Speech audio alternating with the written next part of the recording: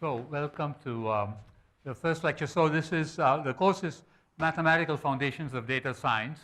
So the word mathematical is important because, data science and sort of buzzwords like that have very many meanings, right? Some of them, of course, have to do with data. But this course, on the face of it, will have something to do with data. We'll see some motivations today. But after that, we'll forget data. It'll all be just mathematical vectors and vector spaces and so on. But it has connections to data. I'll motivate that. So the first part of the first lecture will be atypical because we're going to give motivations and sort of connections to real world things. Most of the time, we'll move on and just prove things mathematically, right? It's foundation, so I'm not going to tell you necessarily particular models, particular situations. Occasionally, I will give you examples like I'll do now, but generally I won't. Generally, it'll be abstract, right? There are two aspects.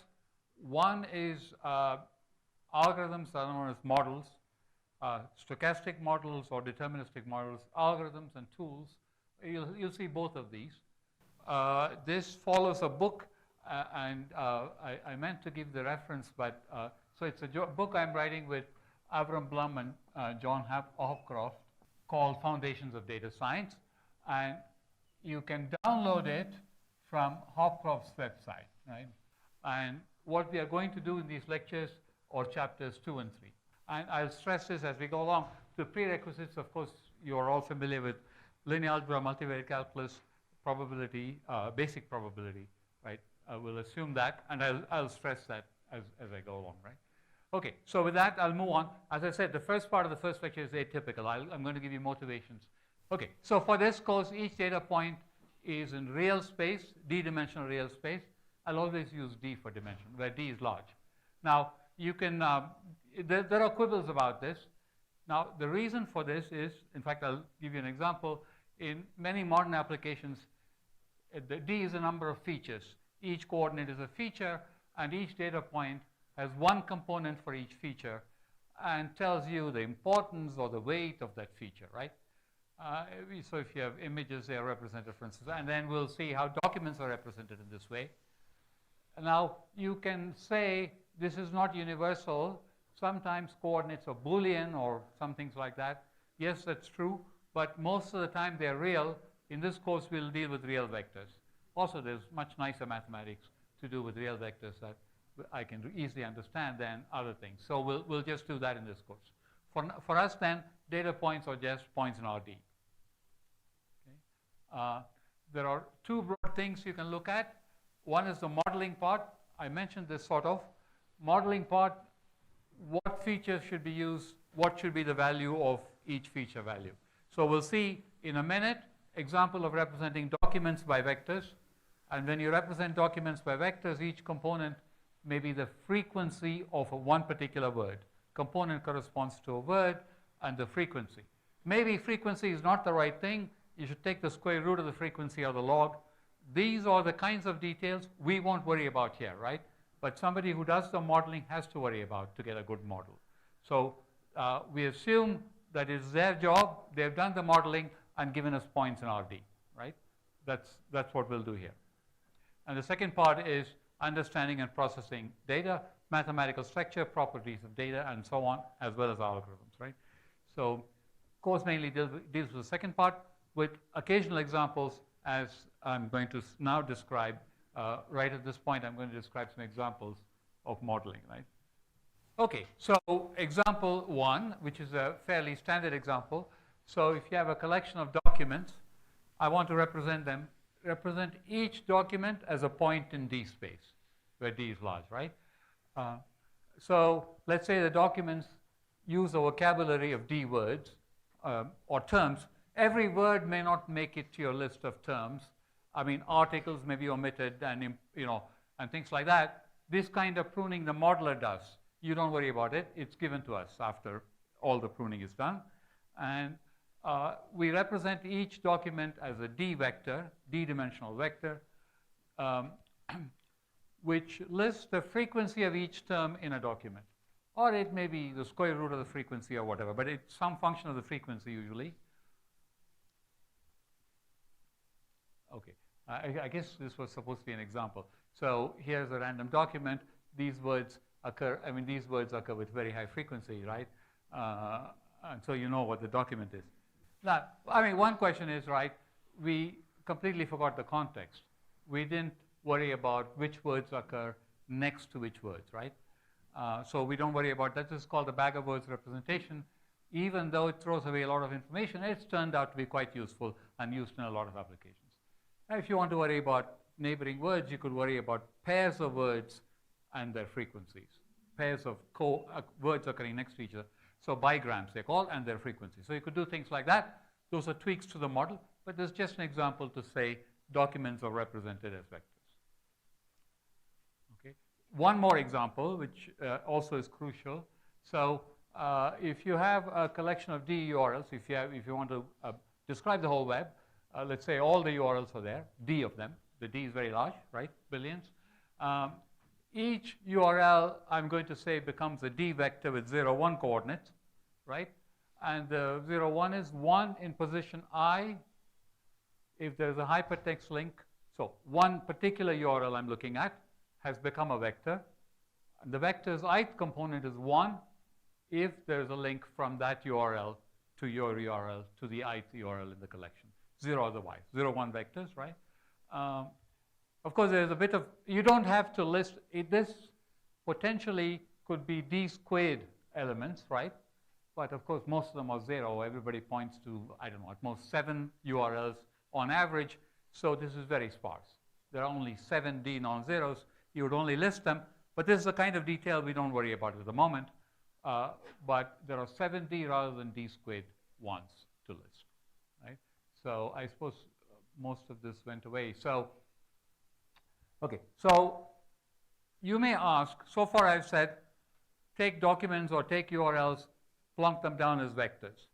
That seems actually a trivial exercise. All I've done is made a list of things. I could have made a list or a linked list or any other data structure. So you can say, what's the point of calling them vectors? Okay, there turns out to be a point. It's not obvious immediately. There turns out to be a point that, for instance, correlation between URLs. So this is URL 4 and 5. I want to know how many URLs do they both point to? How many common pointers are there from these URLs? As you know, for 0, 1 vectors, that's just a dot product. But dot product of vectors turns out to be more prevalent, more useful measure of correlations between data points. So one reason for listing them as vectors is perhaps you can do things like dot product, right, instead of having a linked list or something. So the vector thing is useful. Now, not only dot products, but it turns out orthogonality and everything is quite useful. Angles, linear algebra quantities, orthogonality is very useful. Also, principal components, which I will define in a minute and will be covered in the second part of the course, will also turn out to be very useful in a lot of applications. So this is not just a bookkeeping exercise to put them down as vectors instead of linked list or stack or something like that, right? So it's not just a pointless exercise.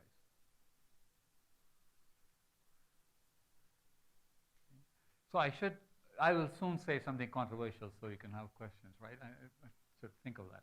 Okay, so high dimensional geometry. So far what we have seen that data can be represented usefully, if you believe me, and we have to still demonstrate that, in very high dimensional space. In this example, D is in the billions, right?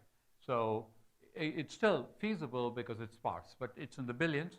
So we have seen that. So it would be nice to see what billion dimensional space, what vectors in billion dimensional space look like, right? That will be the first 2 weeks of the course, of this mini course, right? To see some properties of high dimensional geometry. So since data consists of points in high dimensional space, it's important to understand properties of high dimensional space. And these are quite different from 2 and 3 dimensions. And that's what I want to communicate in these lectures. Before I go on, I want to say there'll be 2 things that will hopefully, or the highlights of these 2 weeks. One is called the Johnson-Linden-Strauss random projection lemma.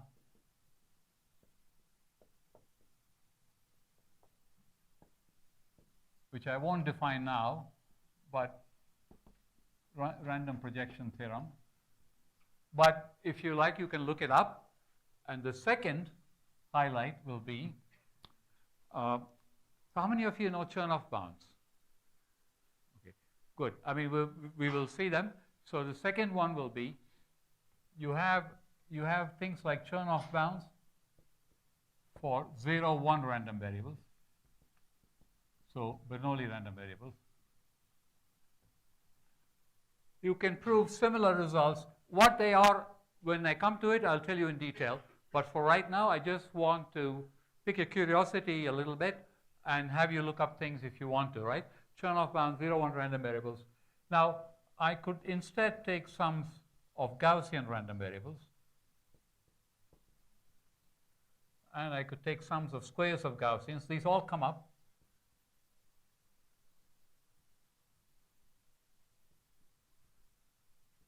So what's meant here is I have x1 through xn, which are IID, and xi is normal 0, 1.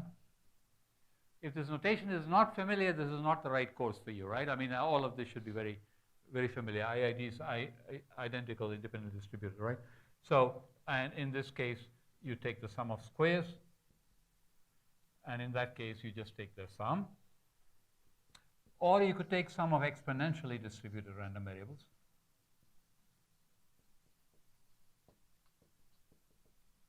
So the second highlight of these lectures will be one result from which you can derive concentration properties of all of these. So these are all useful, and in practice, you have different proofs that the sums of these things behave or very close to their expected value, right?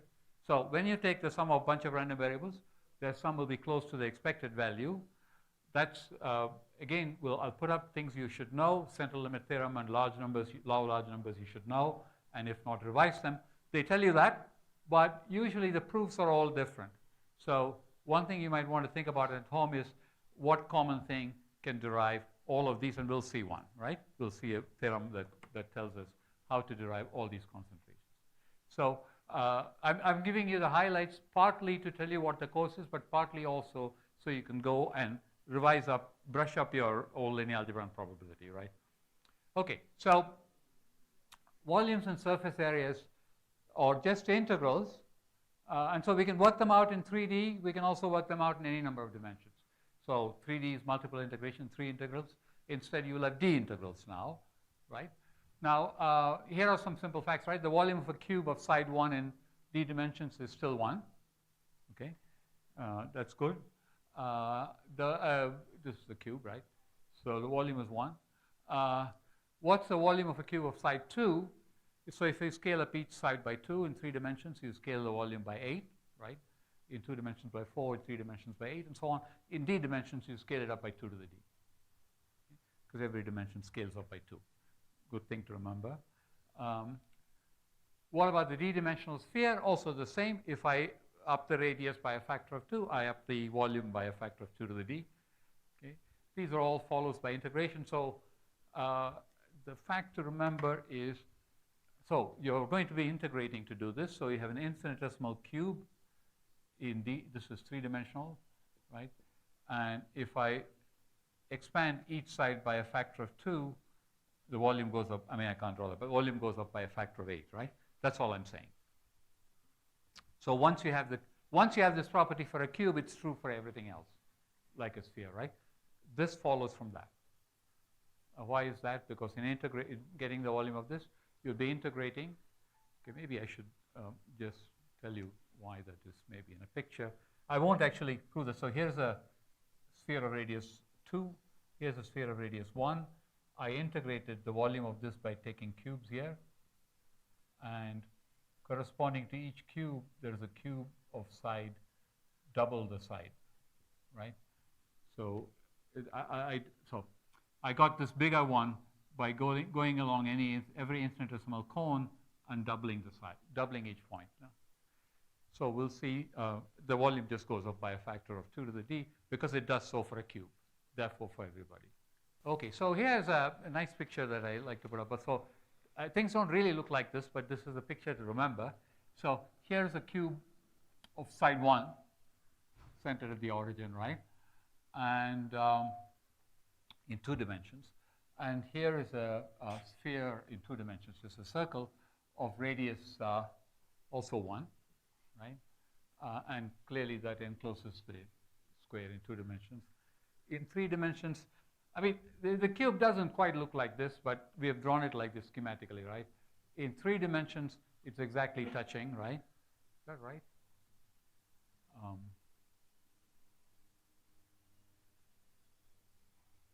Let's see. So this cube is side 1, side 1. So you have a half here. So you get 3/4. Well, you should be able to. I'm trying to work out the distance of the corner. So if you have the origin here, half to each side, a vector of all halves, this distance is what? Is 1/4 the square, Pythagoras theorem, right? D root d over 2. Root of the dimension over 2. I think this is 4 dimensions. So now we worked out there. So the legend is meaning, well, this is illustration radius 1 in 4. This is 4 dimensions, right? In 4 dimensions, the corners will be exactly on the sphere. Everybody with me? I'm just doing Pythagoras theorem. When you go to d dimensions, you get root d over t. D is big, so this is enormously outside the ball, right? The corners of the cube are way outside the unit ball. Unit sphere is radius 1. This distance is root d over t. That's all I'm trying to say here. The cube is, of course, convex, so this picture is not correct. You know, it cannot be that the line is out. It's a convex set. But it's just drawn like that because the centers of the faces are inside, right? So the center of one of the faces is distance half, but the corners are way out. Okay. So as you go to lower dimensional faces, they are very far out. Okay. Again, nothing profound so far. Okay. So we will. Okay. I'm sorry. I should stress this. The course will prove these kinds of statements properly. We'll compute the volume of the sphere and things like that properly. But you might want to do this at home. You certainly want to review your multivariate calculus, right? I mean, that's if it's not fresh on your fingertips, please review it. Also, try to prove that the volume of the d-dimensional sphere goes to 0 as d goes to infinity. Okay. So instead of multiple integration with 3 integrals, you will get, if d is 10, you get 10 integrals, right? And if you work out the volume properly, I won't do this. I'm going to do the volume in a different way. If you work out properly, you'll get powers of trigonometric functions, right? You have to integrate d powers of sine and cosine, and you have to use multiple angle formulas from trigonometry. So to do the integral, that's a good exercise perhaps to do, just to review your calculus. Okay. And then we'll see that. So this picture is trying to indicate that, because this big thing is a cube of side 1, and it's much bigger in a lot of ways than the sphere. The cube of side 1 has volume 1. This is going to be much smaller, going to 0. Okay. We'll prove that. We'll prove that differently. We'll prove that in a nicer way than multiple integration by relating it to Gaussians. So in fact, I want to use that to bring in Gaussians and the connection to spheres. But you should try to prove it sort of in an elementary way. So see if you can do that. Okay, the next 2 weeks, a very brief intro to basically singular value decomposition, principal component analysis. They go by both these names. I'll tell you what it is right now, but in the last 2 weeks of the course, we'll see that. So so many of you know principal component analysis, but perhaps you've seen it slightly differently from what I'm going to tell you now. It's the same thing, but I'm going to tell you in a particular way which perhaps is more, is simpler, more elementary, also more to do with data. So the principal components are just best fit directions of a set of vectors. So I give you this set of vectors, that's your data. Bunch of vectors, bunch of data points. Take the best fit line, namely the red line, okay, I define best fit by saying I take the sum of squared perpendicular distances of these vectors to that line, to that infinite line. So here I've drawn the perpendicular things. I don't take just the perpendicular, I take the sum of squares. Of course, you've all seen least squares, right? It's very similar to least squares, except it's not exactly least squares because least squares does vertical distances, right? So what does your calculus least squares do? So you have a bunch of points and you fit a line to it, right? Now, typically you take the vertical distances, square them and sum, right? Now I'm telling you to take the distance perpendicular to the line. So it's slightly different. Okay? And the reason for taking sum of squares is it has many nice mathematical properties. Just as in your calculus least squares, if instead I took sum of distances instead of squaring them, if I took these distances, that becomes much more difficult. We've learned in calculus how to do least squares, right? Because it's a sum of squares, the derivative is linear and it's very nice. So we do that, right? For the very same reason or very similar reason, here also taking the sum of squares is very important. So in linear algebra, you always take squares, right? Sum of squares of vectors, sum of squares of distances, so squares are important.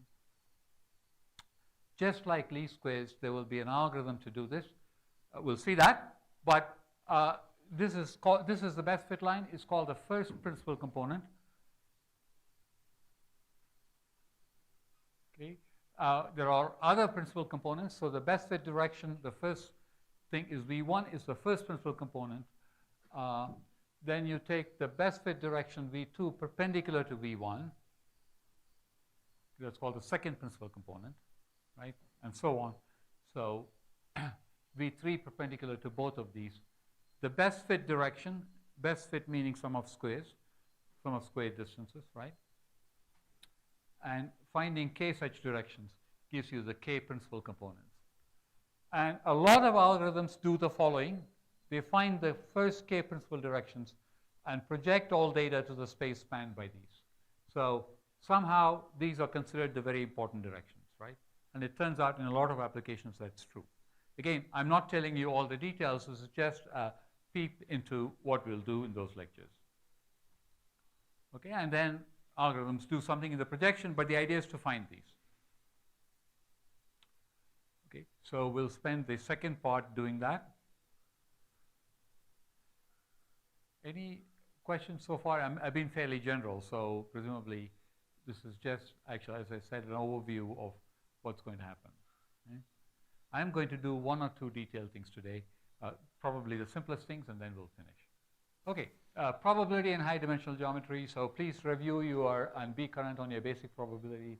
You should know what random variables, mean, variance, independence, and so on are. You should know the statement of the central limit theorem.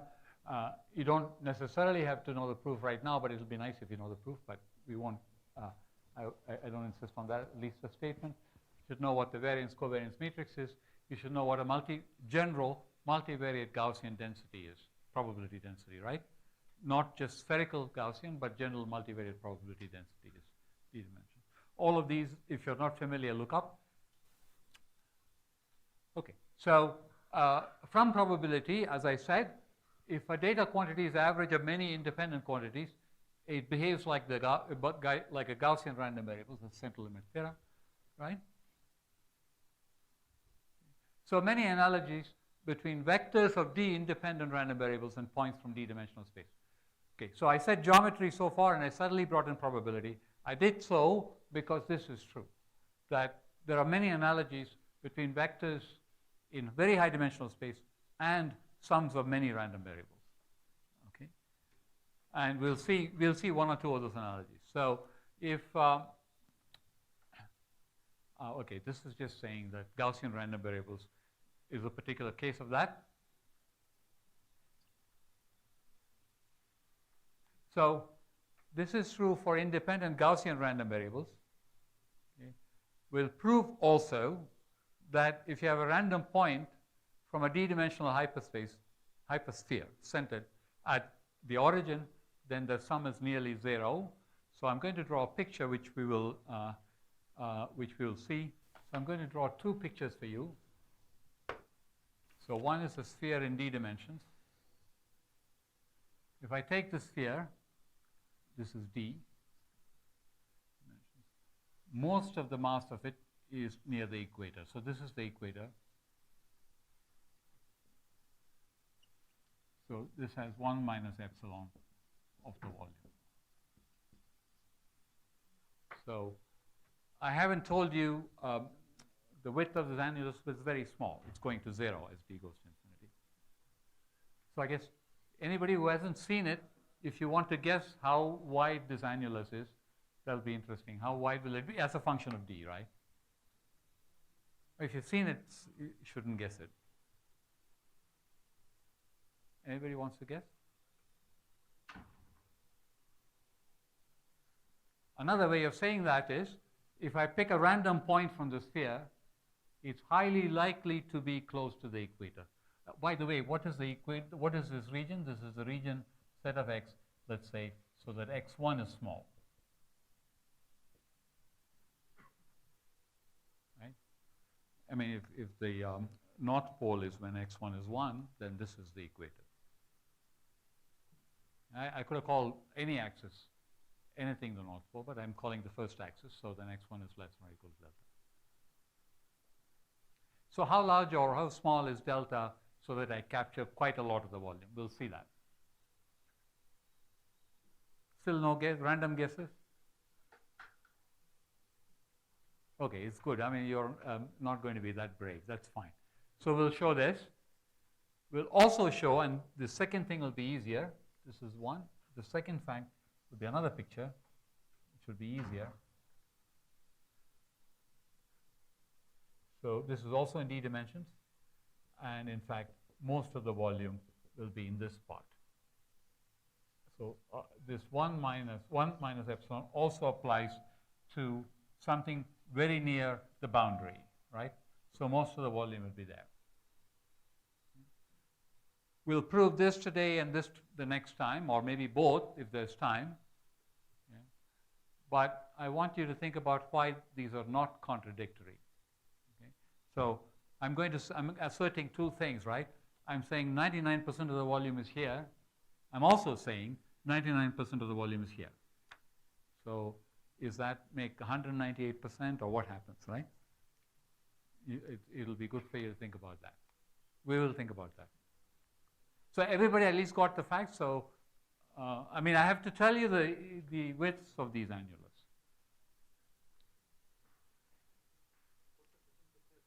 Yeah? Oh, the second picture is again a sphere of radius 1, right?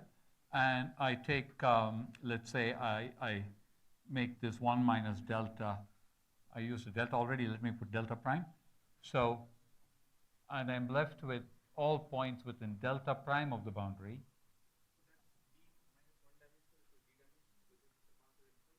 No, this is both of them are d-dimensional. Which one is, this, I mean, if I draw a flat like that, that'll be d minus 1 dimensional. It's uniform over the entire ball. Okay, it's uniform over the interior as well as this, everything. It's uniform over the entire. It's uniform. So the picture I mean to draw is these are all pictures of x absolute. I mean the magnitude of x less than or equal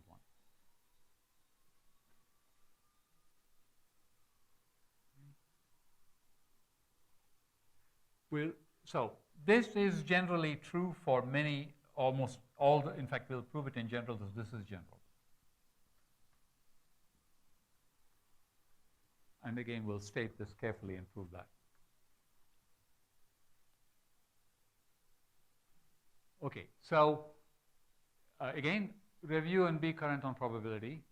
So we saw, okay, so this is the equator thing, which is the first picture on top. So this is lecture 1, so I'm going to lecture 2. Actually, so given that this is a very large audience, so you have to figure out for the first lecture, what's the fraction of people you want to come back, right? It could be greater than 1 or less than 1, but in this case, maybe less than 1. So we'll see. We'll go fast enough for that. Okay. So the second fact, this thing is simpler. I'll prove this right now, and possibly also at this rate, the second fact, right? So we'll state a theorem properly, but the gist of it is most of the volume of any high-dimensional object is near the surface. So this picture is more general. So I'm taking a cross-section and a thickness.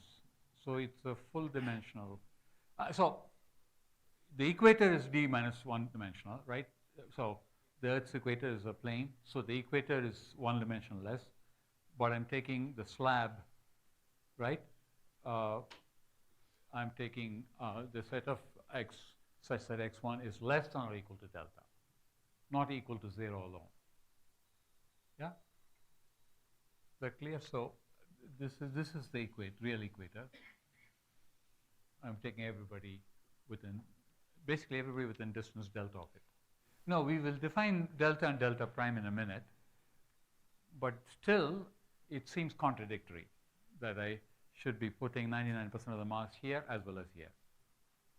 Okay, so the question is why is they're both true. We'll prove both. Okay, so the question will be why is it that they're both true? That does imply that most of the mass is in the intersection, correct? So 98% at least, right? If 99% is in this and 99% is in this, their intersection must have at least 98%. Yes. So that seems also not intuitive, and this is where our higher dimensions will differ, right? Intuitively, in 3 dimensions, if I take a little slab here and a periphery, their intersection is very small, it looks like. So that's wrong in d dimensions. It should be 98% because of these two statements. So this is the second thing that's counterintuitive. The cube and the sphere interaction is perhaps also counterintuitive. Absolutely. On the value d and delta. So the 99% depends on d and delta. So those 3 things are related, right? What percentage is there and d and delta. Is a great circle, no. Oh, okay. No, in 3 dimensions, the great circle would have been 1 dimensional, right? So I mean to say equator by equator, the 2-dimensional equator. I mean, if you cut through the Earth. If you cut through the Earth, which you won't do, yeah, but so maybe I could have taken that as the equator if my North Pole was there, right? I could have put the North Pole anywhere. So you're just specifying by I'm specifying one thing. Okay. So, okay, that is a good question because that raises another contradiction. This is true of every equator, right? I can put the North Pole anywhere. They all lead to equators. And every one of those is symmetric, and they are saying they are all 99%. That's even more worrisome, right? Things are getting worse, right? So at least for the periphery, there's only one periphery, right? Only one set of points that are within delta prime of the boundary. But for the equator, there are infinitely many, because any point could have been the North Pole. Okay. So now we are saying something even worse, that every one of those is 99%. It's also true. All of these are true. This is a volume of a d-dimensional object. So let's see. Let's go through all that, right? So if you have the Earth, right, the usual equator is just a 1-dimensional thing. It's a line. It's a line through, right? But I mean to call the equator the 2-dimensional planar cut, as if we cut the whole Earth into 2, right? So in d dimensions, that planar that cut would have been d minus 1 dimensional. But now I'm taking a slab, so it's d-dimensional. What you're saying is just a line, like we usually think of the equator, is d minus 2-dimensional. Yeah? So it is nice to keep track of the number of dimensions because, for instance, volumes scale up by r to the d in d dimensions. But if I want to do the same thing about curves, it's d minus 1. So you have to really keep track of the dimensions. So most volume near the surface. Let's prove this. This is simple, much simpler than the equator thing, right? So, so take any object which is finite non-zero volume in d-dimensional space. Okay. I want to argue that if I shrink A by a small epsilon, it shrinks the volume by a lot in high dimensions, right? Small shrinkage shrinks the volume a lot. That is somehow intuitively going to say this, right? If I take this unit sphere and shrink it just by a little bit, by delta prime, I'm saying I've lost most of the volume, right? My volume has shrunk an enormous amount, right? That's what I want to say. Okay. So we'll denote the object obtained by shrinking A by epsilon. We would call that 1 minus epsilon times A. So this is a scalar.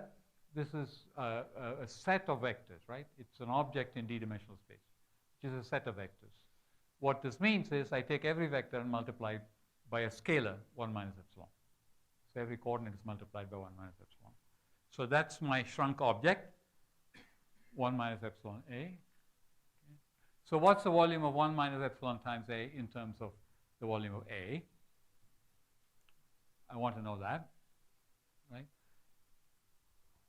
So if we shrink objects in 2 dimensions by a factor of 2, that's by a factor of half, sorry, multiplied by a factor of half, then in 2 dimensions it would be 1/4, the area would shrink, right? In 3 dimensions, 1/8, and so on. And for general D, let's see, did I finish now? Yeah. For general D, we again divide space into infinitesimal cubes to integrate of side dx and count how many cubes are there in this. And you can just imagine each cube being shrunk now. So maybe another picture. So for the sphere, it's clear if I take every point multiplied by 1 minus delta prime, the set of points I get is this. So, you know, if I had so you have some object A, and I want to take everybody and multiply it by 1 minus epsilon. An interesting picture is when the origin is somewhere outside this is the origin, right? So what am I doing? I'm taking each point x and replacing it with a point 1 minus epsilon times x, which is on the same line. Okay. And I take everybody like that, then the picture will become something like the same thing. The origin may be still outside.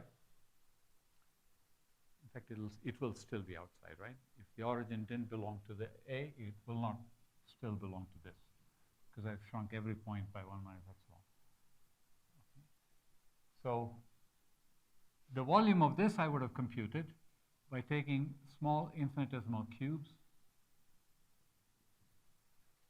I'm doing these pictures, I mean, clearly you know from multivariate calculus all of this, but I want to go over them once at least so that when we go to d dimensions, I mean, d dimensions you can't draw the picture, but at least you can imagine what happens. So you take this and you shrink it by a factor 1 minus epsilon, then it will become a cube somewhere else. It may not be in the original object, right? If I shrunk it, some of these cubes, the shrunk thing will be outside. So we don't care. It's that cube. Now, this object is made up of cubes like that. It's 1-to-1. You have to convince yourself for the integral to be correct, you have to convince yourself that it's 1-to-1. It's not completely obvious, right? Because the origin is outside and you're shrinking. It may go outside. But it's still true that every cube goes to a shrunken cube, and every shrunken cube came from one cube. Okay. Again, in 3D, you can imagine these pictures, but it's also true in higher dimensions. If you take any cube, and I do this 1 minus epsilon thing, it'll still be a cube, even if the origin is not the center. So, okay, that's a good point. You should convince yourself that that's true. Cubes shrink to cubes. Okay, that's important. Otherwise, all I'm saying is not going to be true, right? That's right. Distance will be maintained, or another way to say it is a cube says that x1 minus the center is at most 1 in absolute value. If I shrink it, x1 minus the new center is also shrunk, will be at most 1 minus epsilon, right? So that's, you have to prove that cubes go to cubes for these statements to be true. But they do. Okay, good. So we divide space into infinitesimal cubes and see how many cubes are inside. And there's a 1-to-1. Okay, so this is what you're asking. 1-to-1 corresponds in cubes of side and cubes of side 1 minus epsilon dx contained in this. Draw a picture on the board. Okay. So the tech would have cost me a lot of time to draw, so LaTeX, so I did just. Okay, so volume of the d-dimensional cube of side, that is you've shrunk d sides by 1 minus epsilon factors, so you multiply the volume by a factor 1 minus epsilon to the d. Therefore, we get a lemma which we approved now, right, because of these integrals, that the volume of 1 minus epsilon times a is at most 1 minus epsilon to the d times a. And here's an important inequality you should remember throughout the course. 1 minus x is always less than or equal to e to the x for all real x.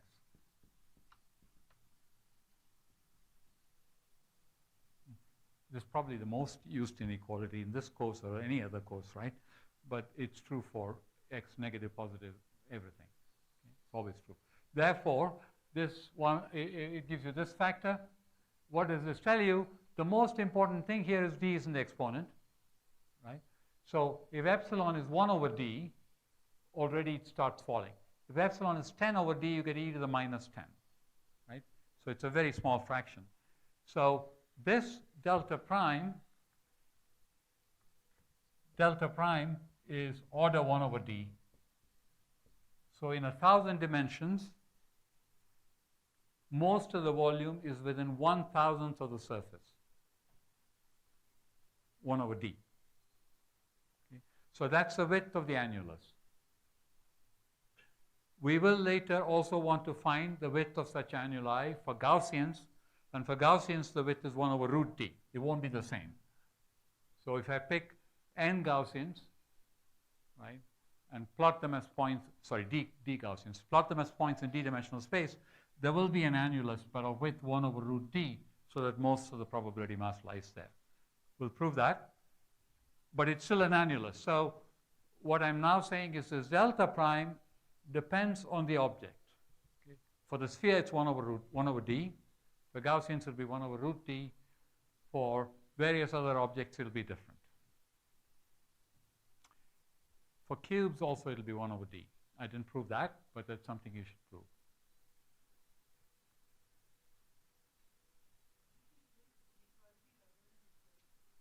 The other way inequality. Yes. So this was exact, right? This was exact. Good point. So the volume of 1 minus epsilon times a is exactly equal to 1 minus epsilon to the d volume of a. Right? No loss there. Only when I went to e to the minus epsilon d, I lost something.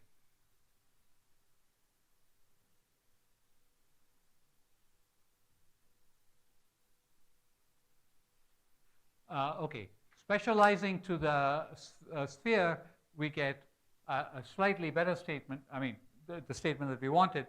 All but e to the minus epsilon d of the volume of the unit hypersphere lies within distance epsilon of the surface. Okay. Why is that? Because every point at distance at most delta prime from the surface is in the annulus, and vice versa. The annulus here consists precisely of the set of points within distance delta prime of the boundary, right? That's just for the sphere, that's true. That's not necessarily true for everything, right? For the cube, if I shrunk it by a factor of 1 minus epsilon, well, I draw only so you do get a square, right? But this is not this is not the set of points at distance at most epsilon from the boundary. That set is different. That set is sort of a little bit rounded near the boundary.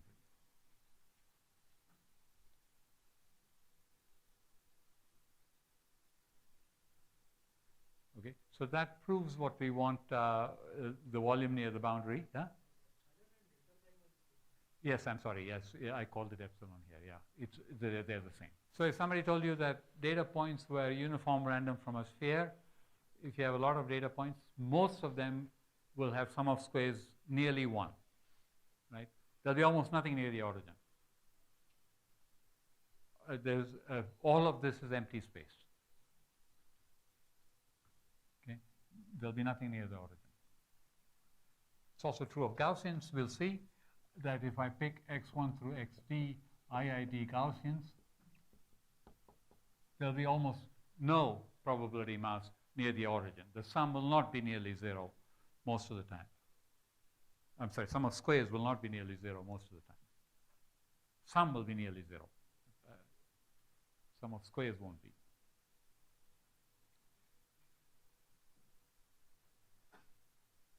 So what about a sphere of radius r? No, it just all scales by r to the d, right? Nothing new or interesting happens. So that's that picture. Annulus of width 1 over d, everything, essentially everything lies there. I mean, not everything. So the tightness is the difference between 1 minus epsilon to the d and e to the minus epsilon d, you mean all. This is exact, right? I didn't lose anything. So it's, it's exactly equal to 1 minus epsilon to the d times the volume of this. So if d is 1,000, there's a power of 1,000.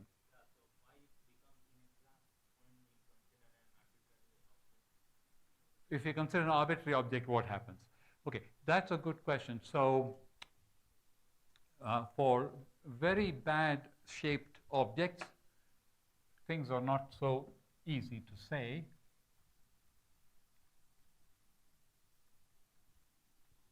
So if I take a cube, it'll still be a cube. It'll be reasonably nice, right? So this is of side, this is half, let's say. This will be half times 1 minus epsilon.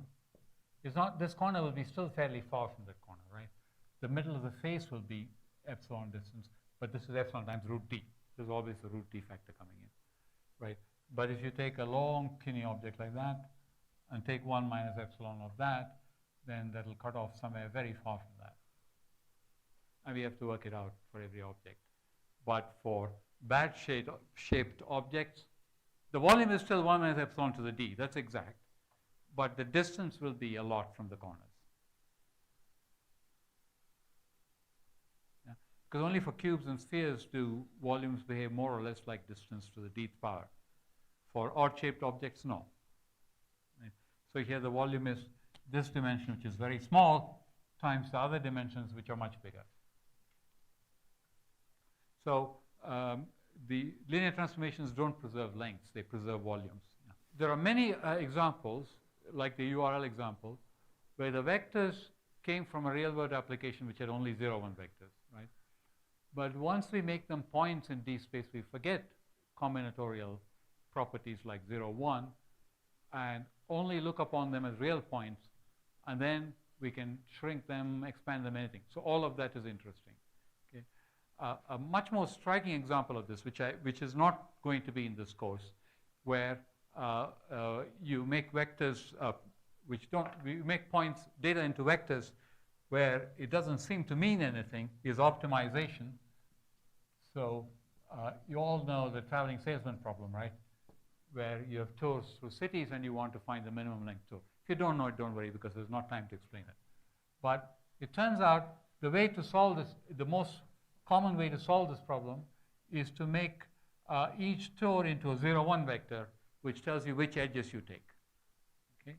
And you take those 0, 1 vectors, put them down in that high dimensional space, and you consider the polytope, and you optimize over this polytope. That turns out to be the best way. One way of optimizing over polytopes is going through the interior to the optimal point. These are called interior point methods. In the interior, you will have absolutely non-zero 1 vectors, right? So even though the combinatorially original problem was only 0, 1, going to real geometry space with everything, real vectors, turns out to be very useful. And that's so for also the URLs and all these examples. But optimization we won't see in this course, right? That's a completely different context in which you turn data into vectors and then forget about data. It's just vectors that you deal with.